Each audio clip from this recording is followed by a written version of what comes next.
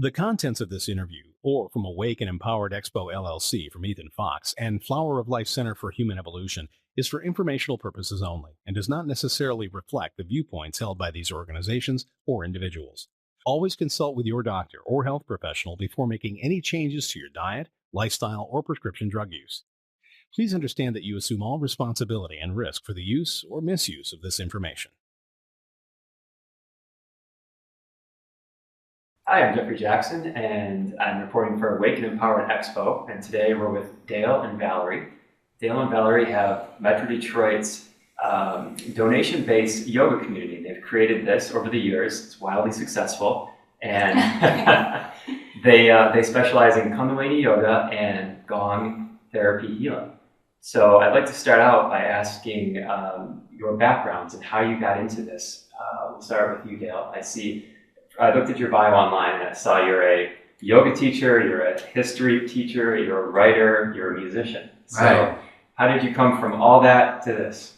Well, I have never decided what I wanted to do when I grew up. I wasn't one of those kids who knew fireman. You know? So I had the opportunity, once I got out of graduate school, to move back here to the area where I grew up. Mm-hmm. And it was sort of a recovery from graduate school. I started doing a lot of self-healing and self-growth projects, and one of them ended up being yoga. And I was doing yoga, and I'd done a lot of transcendental meditation when I was younger, and I thought, this is missing meditation. The yoga that I was doing, it was great for stretching my body, it was great for meeting interesting people, and it was great for learning how to sort of breathe through my anxiety.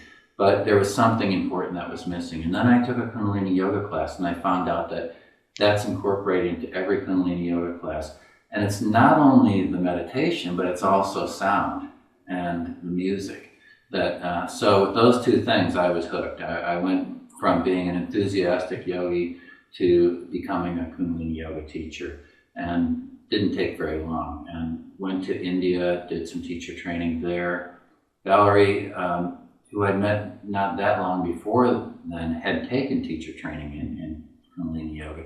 So she went to India as well, and so we got to spend a lot more time sort of getting to know each other through various events and Kundalini yoga practices.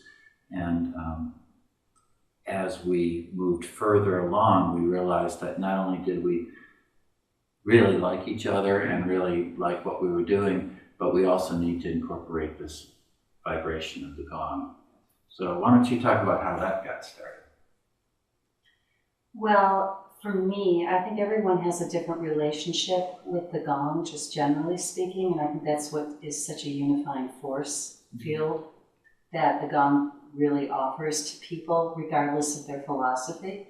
But for me, it was yoga, and my teacher Yogi Bhajan, who brought Kundalini yoga to the West, had brought gong into my life. Mm-hmm. And the first time I had received a vibrational healing, it was really a peak experience. Yeah. And so, going from, that was way back in the dark ages in the 70s. And, before there were even commercial spaces, there were homes called ashrams, and there were a couple of them here in the metropolitan area. And so that was really my first exposure to actually living in an environment that was sustained by the sound current. Mm-hmm. And so that had a powerful imprint upon my DNA. Yeah. I recognized it, not just intellectually, but through my cellular memory. Yeah. And those are things that are really hard to put into words. It's experiential. Yes, and people, as they have these experiences, you can just see it on their faces. You can feel the vibrations sometimes in the house here. It's so interesting. And that was really the inspiration of just building this room, was because I remembered that experience in a home. So that's, what we were talking about a little bit before we tuned into this interview. Yeah. So I think what then happened just recently over the last 6 or 7 years was that I simultaneously began to be more and more absorbed with the celestial symbols and decoding that language of God and that infinite study, which I really started, like all astrologers that I talked to, almost all of them, from the time they were little, they had an interest in it. And that dovetailed, and it just overlaps. There's distinctions, of course, but for me personally, it overlaps with the astrology and the yoga and the body work and the sound frequency work. I can take clients into this room, and it's a very different experience than taking them into the massage room without the gongs. And I don't mean not even playing them. People actually have a different experience just with the presence of them here in the room, because there's that unstruck sound that's continually vibrating, regardless of whether or not, you know, you're actually physically playing them. But the gongs, really, we don't play them. Yes. Yeah. There's, in my opinion, there's a big resurgence of energy medicine, frequency medicine, or perhaps a resurgence into the mainstream. It's always been there, but there's a lot of people picking that up now. And at the expo, we have many vibrational healers, sound healers, musicians, and with your practice of gong artistry, we have. Can you describe perhaps what level or how that works on the body, the gongs, or the effects of that? Well, I'll take that one. Either one. I have. I don't have a very scientific mind. Even better. But I have a sense of how this frequency helps people go from one state to another state. And that's what we're trying to do in yoga. The state of being over conscious of our ego is a state that can lead to too much anxiety. The state of becoming connected with our soul is the state that can lead to relaxation. And so one of the things our mind is always trying to do, if we allow it to run crazy, which most of us have to do it at least some of our lives, is to distract us from that connection with our soul. So part of what we want to do is quiet the mind. Sometimes you even need to confuse the mind to quiet. And so the mind is used to, in the sphere of vibration and music, it's used to hearing something that has sort of a very focused tone to it. And so what the gongs do immediately is confuse the mind, because the tones are chaotic. There's no one sound that happens at any interval of time. Sound changes. The sound seems to be coming from all over the room when you're listening to the gong. And then there's also this phenomenon that we're learning about when two of the gongs have a very similar sound to them. Then you get this binaural effect that we've been working with in sort of in the alternative community since the late 20th century. If that gong up there is 140 hertz, I think it is, and that one up there is 150 hertz, then what the mind hears when those gongs are playing together is 10 hertz, which takes them right into the theta stage, I believe it is. So it moves people into a stage of so almost leaving their body. And many people who experience the gong vibration are very surprised that the gongs were played as long as they were, because they're gone.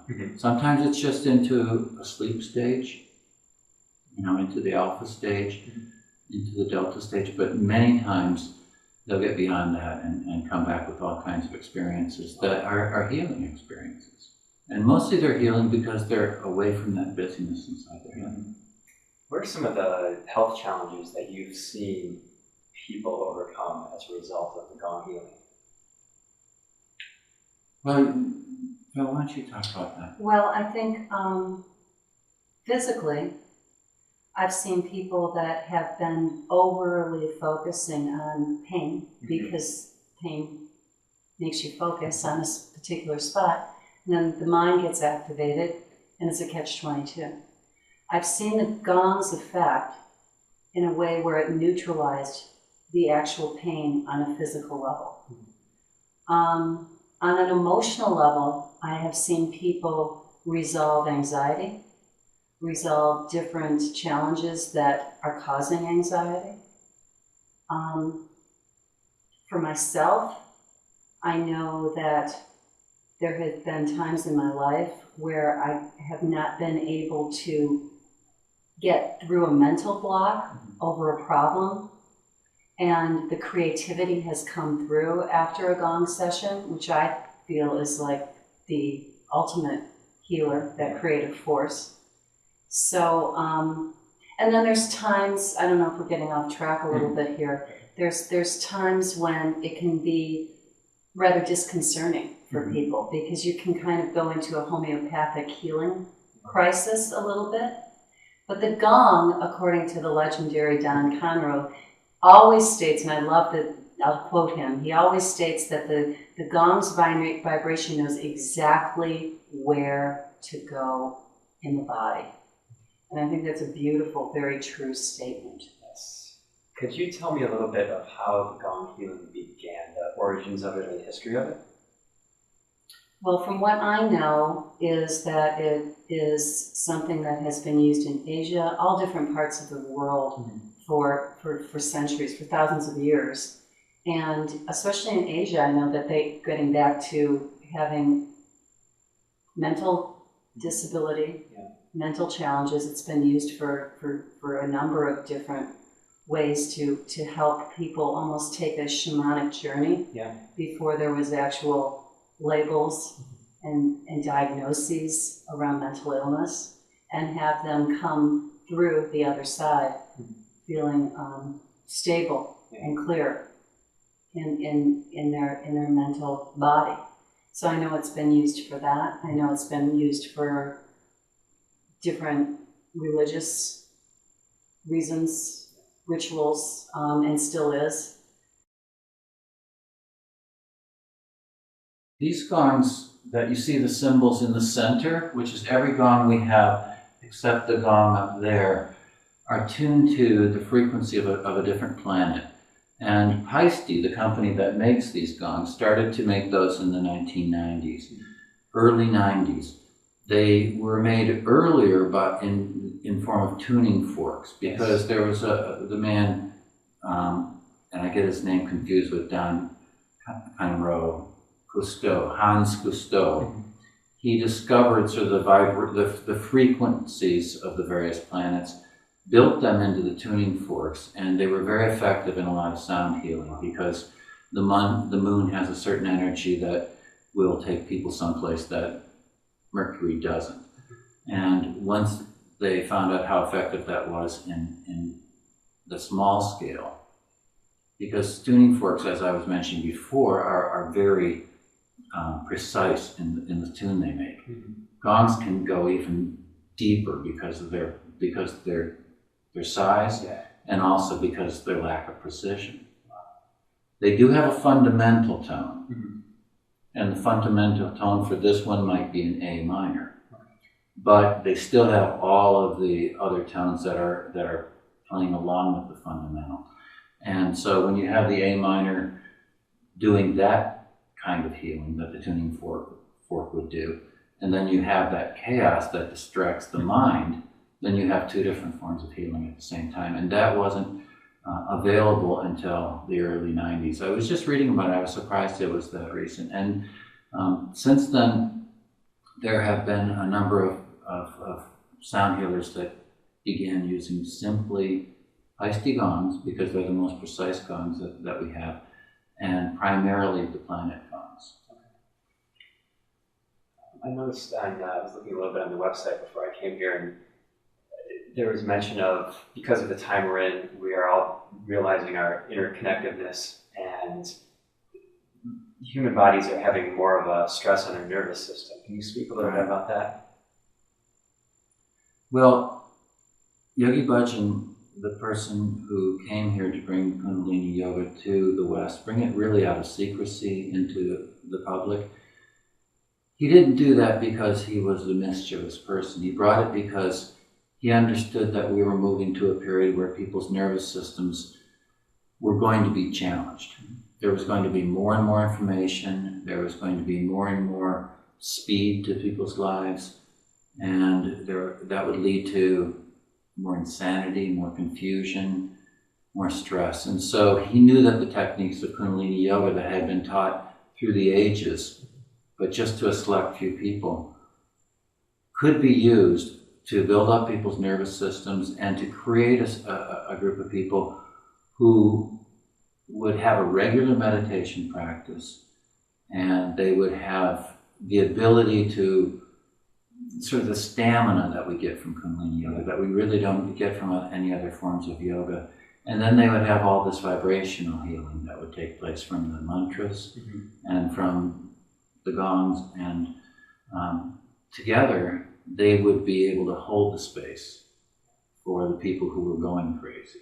It wasn't the case that there would be no more craziness, which was sort of the myth of the beginning of the Aquarian Age. That is the goal. Right. But it's going to take a lot of transition before we get there. And part of that transition is going to require people to be there for the victims of the transition. And so that's why he brought this practice. And there's plenty of other people who are doing the same kinds of things in other fields, but it's all for the same purpose, to hold things together while we move toward a more peaceful time. And this may be another question, kind of redundant, but the difference between Kundalini Yoga, Gong healing combination with, I guess, conventional yoga or commercial yoga. I don't want to step on anybody's feet, but like you said, this allows you to, for the person going through the process, to hold the space and to allow that energy and accept it more. Where I can speak for myself, the conventional yoga is very physical based. Yeah. At least the places I've visited. Could you speak a little bit on maybe the difference or first? Go ahead. Really? Well, let me speak first, because I did a lot of conventional yoga before I moved to this. Okay. And Valerie had the pleasure of really finding Kundalini Yoga before she found any other form of yoga. So she hasn't done so much. She has done some teacher training in that and done practicing, but I was doing it very with a lot of enthusiasm. Okay. And so my understanding of the difference is that people are asked to hold postures for a longer time in Kundalini Yoga, and that's part of strengthening the nervous system. Instead of just moving our hands up and then bringing them together and then bringing them down, we might move our hands up and then breathe, and then keep the hands up, and then keep the hands up until your shoulders hurt. Then you find out that your mind is far more powerful than you give it credit for, because you can withstand pain without hurting yourself. Right. That's part of what what attracts people to Kundalini Yoga, and sometimes sends people away. We have people who are in just wonderful shape who come to one of our classes, which isn't as physically challenging as most Hatha Yoga classes, but they can't sustain. Yeah. And being able to sustain is something that you learn over time. So if you're patient, then it's possible for anybody. But the other thing that some people would argue about, I think, I'm not sure Valerie even wants me to say this, but I've been through this death process today, and watching my aunt go from being alive to being dead, which brings the spirituality and within us outside, and so there is this unapologetic element of spirituality in Kundalini Yoga, as there always has been in yoga. But when we combine sort of the aerobics of the 1980s with the yoga that sort of came on the scene in the 1990s, and we're trying to give it to people who have all different kinds of belief systems, then sometimes the spirituality is lost. And for some people, that's what's required. Right. They go to a yoga class that seems to have an element of spirituality, that has chanting in a different language or something. They will go to a different class. But there are some people who hunger for that. And so we offer that not in any specific religious form, but just as you can't be an astrologer without recognizing that there is some larger force that exists that is really magical, you really can't be a Kundalini yoga teacher without having that same realization. To the degree that you bring it to your class, it is a personal preference. Yes. Would you like to speak on that? I think that was beautifully said. The only thing that I would add is that you can't emphasize enough how this particular practice really strengthens your one-pointedness, your connection with the infinite, through a strong nervous system in the body. It's very somatically based, so that you have a direct experience with that creative consciousness. It's not something that is directed by a middleman. So therefore, that can be rather revolutionizing for people that are accustomed to having that, person or that place that is to go to, that is outside oneself. Could you speak a little bit on the donation-based community that you've developed in Metro Detroit? We at the Expo are all volunteers, and we're making this amazing thing happen, and I think it's Absolutely right along the lines of what you're doing in the yoga community with that. And could you speak how that started and where it's at today? It really started, like I said, back in 1973 when I walked into that ashram in Beverly Hills, Michigan. I say that over and over and over again, and I really wanted to replicate that. And I understand business, and I understand commerce, but I also understand seva. And I think Kundalini Yoga, one of the other beautiful things about it is when we go to events like the winter or summer solstice, it's all camp run. And this is like 2,000, 3,000 people. And these people really gain so much more than they could ever gain monetarily. With that said, of course, and then there's this too. We all need to have a roof over our heads and a motor vehicle under our butts. We need the practical aspects of living. Therefore, we need to be living in this is householders yoga. We need to bring this into the world. It's not something that, we're not such it's his yogi name. My yogi name's Weir. Dale and I, our householders, we, pay bills like everyone else. We're not sitting on a mountaintop. But the idea of service and how that is an intricate part of the yogic experience is sometimes left out as well. I mean, you can dabble with it, but if you're really on a big playing field with that, you really feel that collective energy, and it builds. And that's what I'll say about that. Okay. What do you hope to accomplish in the future? What would be your dream as far as all this is concerned? The community-based yoga, the service, the giving back. Is there an ultimate goal that if you could have a picture in your mind where you would like it to go? That people could actually take their yoga into their lives, into their relationships, consciously into the world in a very practical way. Not so much about just the Kriya and doing a meditation every 40 days because it's going to give you that end result, but the process of that, and to consciously see that in the world is really a wonderful cosmic paycheck. Yeah, right. Yeah. Any thoughts on that as well, Dave? Well, I'm going to hesitate here for a second because I want to go back to a question that you asked before about people who have gotten specific benefits by doing Kundalini Yoga and by this vibrational healing.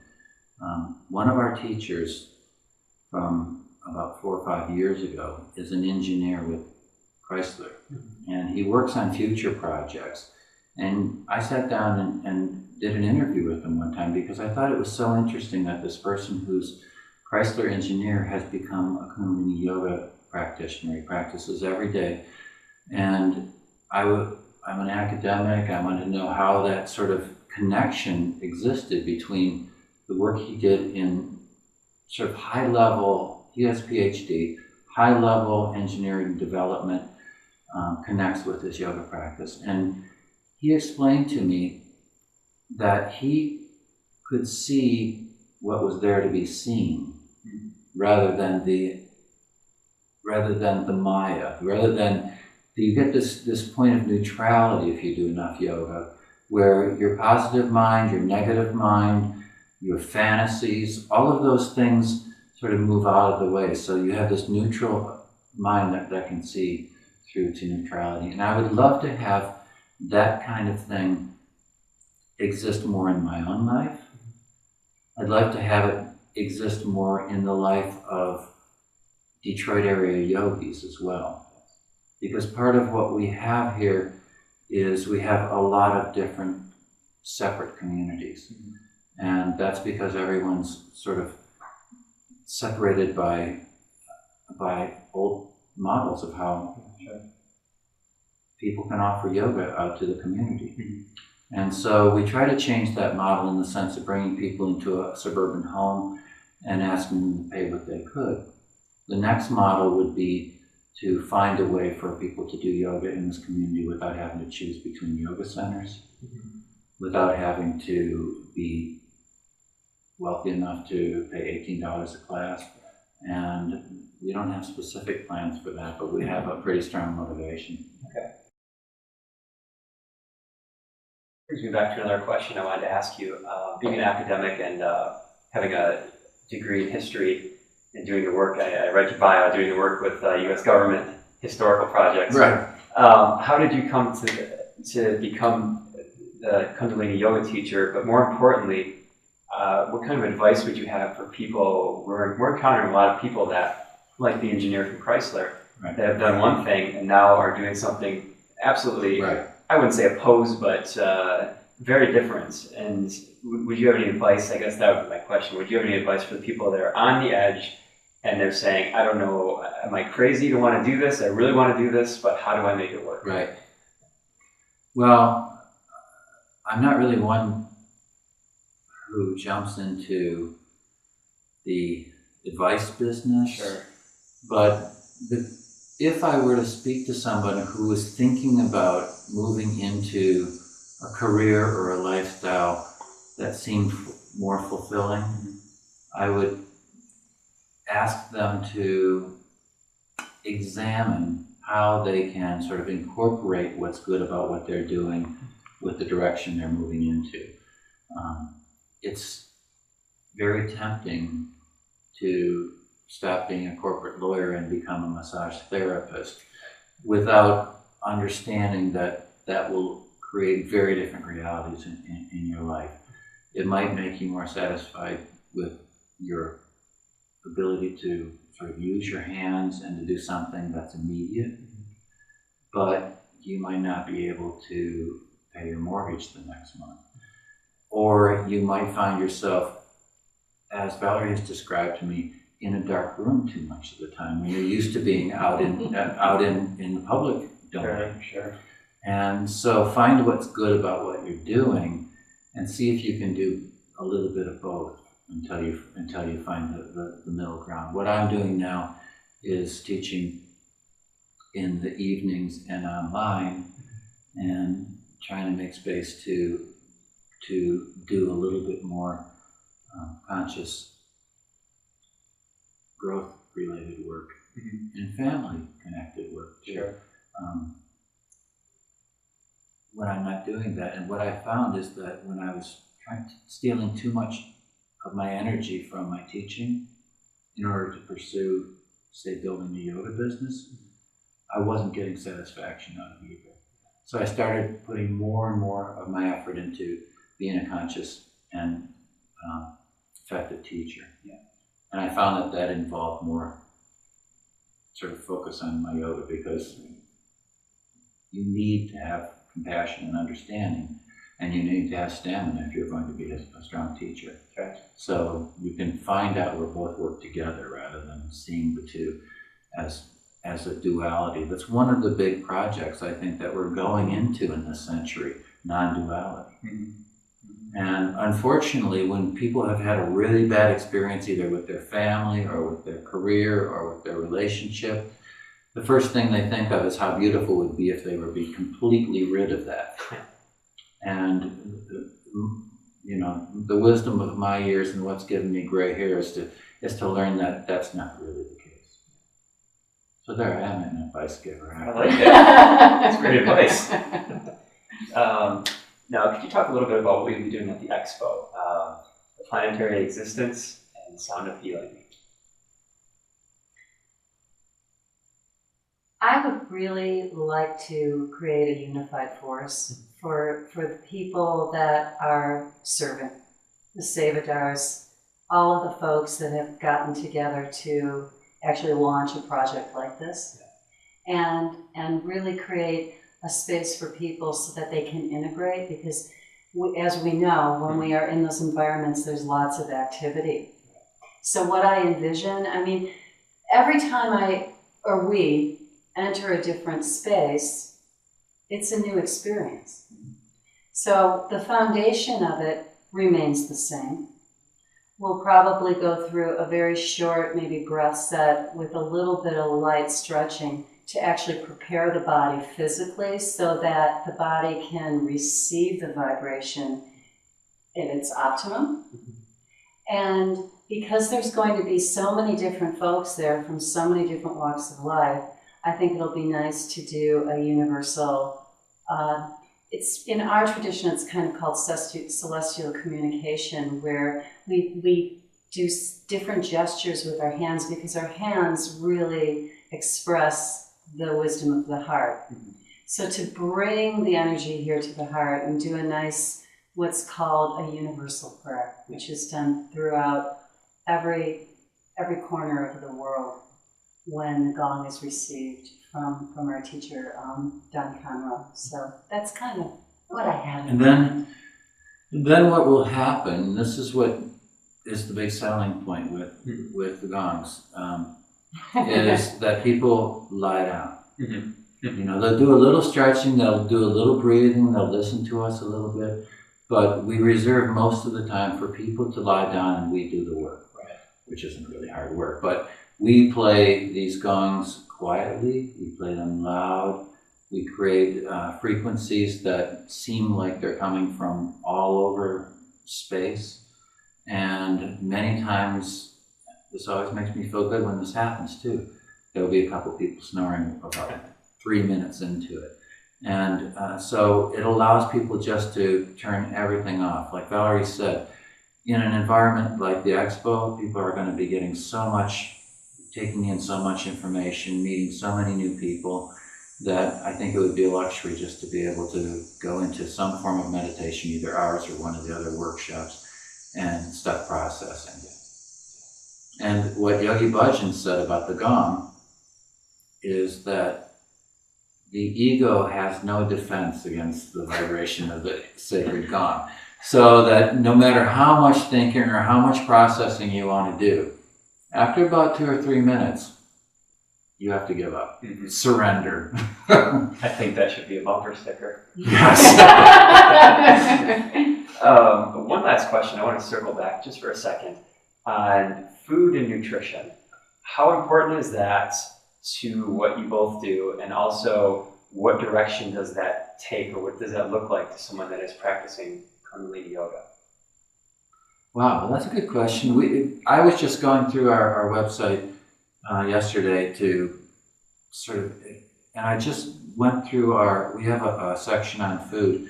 We, for many years, would have a vegetarian dish here every Thursday night, and that was part of bringing people together. They'd get complete permission to stay here after class because there was reason to be here, a nice big dish to eat, and that psychologically helps create community more than almost anything, to eat food together. We are also both vegetarians, and we want to be able to sort of maintain our bodies as temples so that our spiritual work has some place doesn't get distracted by illness. But I was really thinking about food yesterday, because our commitment to offer a langar or a community meal once a week hadn't been part of this year's at Yoga Troy. We did it for years and years. It was a lot of work. We wanted to sort of refocus on some other things, but we did a potluck last Tuesday, and so much fun that I think we haven't talked about it, but maybe next year we're going to reincorporate food into the community.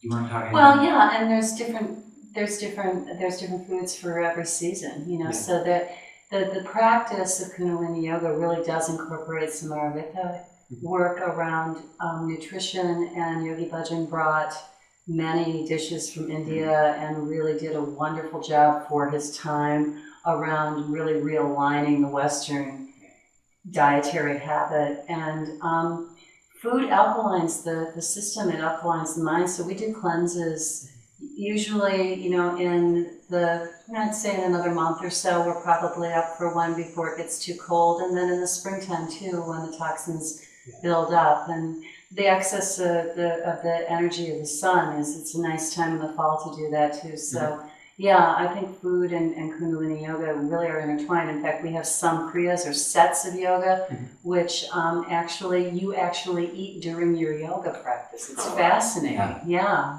Interesting. Okay, well, you can find Dale and Valerie at yogatroy.com. And they offer a donation-based yoga practice in Metro Detroit area. So if you're in the area, please stop by. And they will be at the Awake And Empowered Expo October 11th through the 13th in Cobo Center in Detroit, Michigan. And we look forward to Salam, namaste. We'll see you there.